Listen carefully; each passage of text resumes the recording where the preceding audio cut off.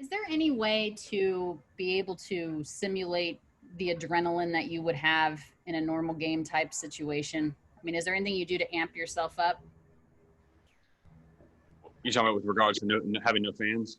Yeah, just when you take the mound, and I realize you're facing actual hitters from a different team than the Dodgers, but just kind of simulating that game atmosphere that you're so accustomed to. Well, we're going to find out tomorrow, but I think just after going so long during this pandemic without playing real baseball and facing the same two guys in sim games during quarantine, and then facing your own teammates. Luckily, we got a pretty good lineup, so it's I think kick things up a notch more so than it would most other times. But being able to see another team, especially in our division, 60-game race, so much on the line, I think it should take care of itself. But obviously, you got to wait and see. You're one of the ones, Alex, that's been stretched out to where you need to be, extended to where you need to be, currently on track of everything. How does the body feel before your first outing in the regular season? Yeah, good. I'm just ready to. I'm ready to rock. I can't wait to finally playing a real game. Especially opening up against the Giants, such a historic rivalry, and so I feel good. I'm excited about tomorrow, and hopefully we'll keep this thing rolling. I know that you don't pitch until tomorrow, but when you're watching your teammates, kind of sitting with them, social distancing style, did it feel different to you when there was actually a win-loss on the line, despite how crazy this year is? For sure. I think that was just being able to compete, going out there and watching those guys compete and seeing, our lineup finally get put together and go out and play meaningful baseball was a lot of fun. It was hard to figure out where to go, what to do during the game for Clayton, Julio, and Ross. We bounced around because I don't think we're supposed to be in the dugout. So that was a new adventure for sure, but I'm sure we'll kind of get our routine on the days we're not pitching and get it locked in. What did you do during the game? I know sometimes you guys sit in the outfield, but what do you do with yourself? Well, we started in left field, kind of above the bullpen, and then we made our way into the weight room. We were in the clubhouse for a little. Then we made it back out to the home run seats. We kind of bounced around. It was hard to sit in one spot really the whole time. But it's hard to beat those home run seats out there. So that's probably where I'll find myself a lot of the time. What did you think about Dustin May's performance, considering the young right-hander found out a day before he had to fill in for Kirsch?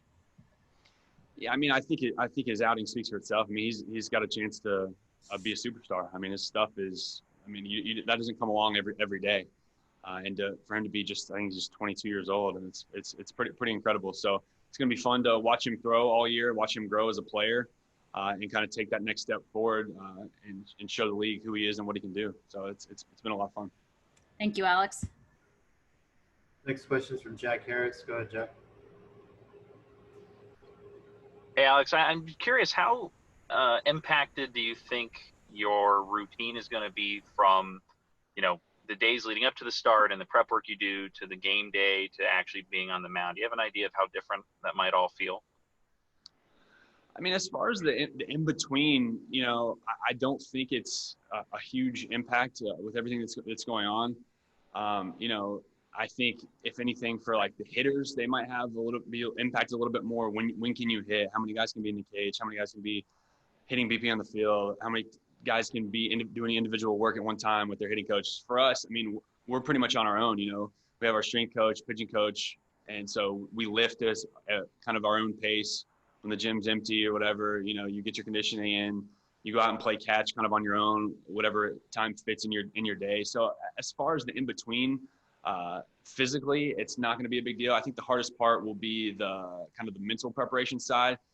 We're not really allowed access to computers. They're having to send us all of our information that we're going to be getting in order to prepare for whoever we're playing that start and that series. And so that part will be a little bit strange, as far as the day of routine. But the rest of it, I think, shouldn't be too big of a deal. With Clayton hurt and Walker still building up and David Price having opted out, I mean, do you feel like there's more of an emphasis on like you and the other guys in the rotation, especially early in the season, to provide some length and consistency? Yeah, I think Mookie said it best, in his press conference. We're a pretty well-oiled machine. Obviously you have guys like Clayton, him missing his first start. You can't replace a Clayton Kershaw, but we have a lot of good players, a lot of guys that are willing and able to step up. It's not too often you see your opening day starter go down and miss his first start, and a 22-year-old kid that throws 100-mile-an-hour sinkers goes out and acts like he's been there for 5 or 6 years in the big leagues. And so we got a lot of guys that can contribute, and I think there's no extra pressure on anyone to do anything more than what they're capable of, and just being able to accomplish and play well when you have your opportunity and just pass the torch to the next guy. Yeah. What was it like to watch Clayton watch somebody else make an opening day start for the Dodgers yesterday? I mean, what was his mood watching Dustin? He was fine. It was nice to sit with him and Walker and Ross and Julio and those guys again and catch a big league baseball game. I think he's feeling better already. Clayton's got two different versions of himself. He's got the day he pitches, and he's got the rest of the time. He's don't talk to him, locked in, greatest competitor you could ever play with or watch on his game day, and then he's a joyful, caring, funny guy on the other days. Works hard, gets his work done, but just he's always awesome to be around. I couldn't really think of one time where it was really not fun to be around Clayton. So we had a blast watching those guys get our first win as a team last night, and hopefully many more to come. Thank you. Next question's from Ron Kavner. Go ahead, Ron.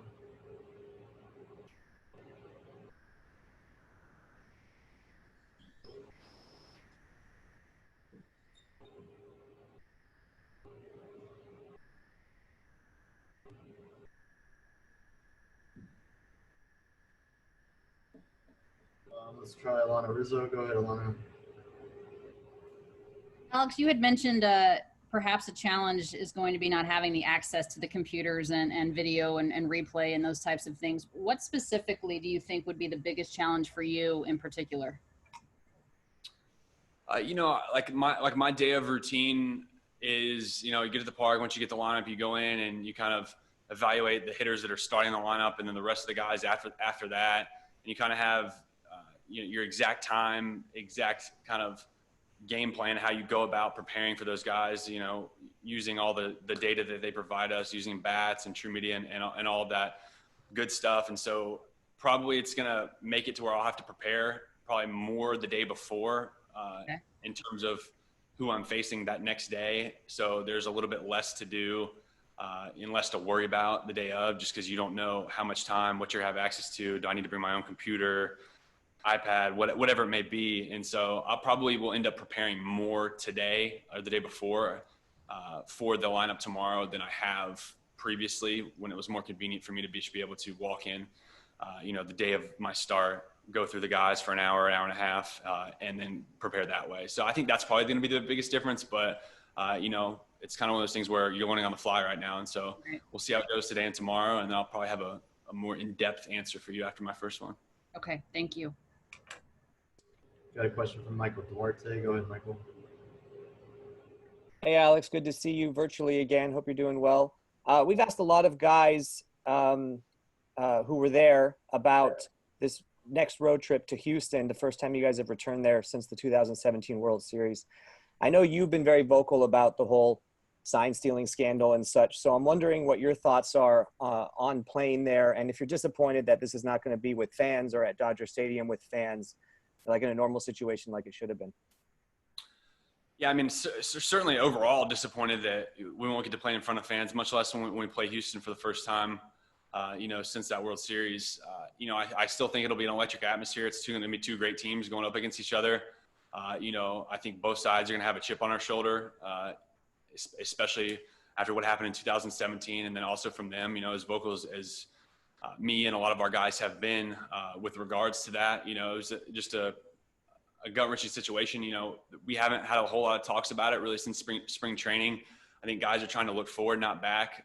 Obviously we have one thing on our mind. It's to win as many games as possible in the 60-game season to be able to try and make a path back to the World Series and hopefully finish the job this year. And so it'll be a blast, having our first road trip in Houston against those guys. It'll be a great challenge for us, and I think we're excited for it. Try this again, Ron Kavner with a question. Go ahead.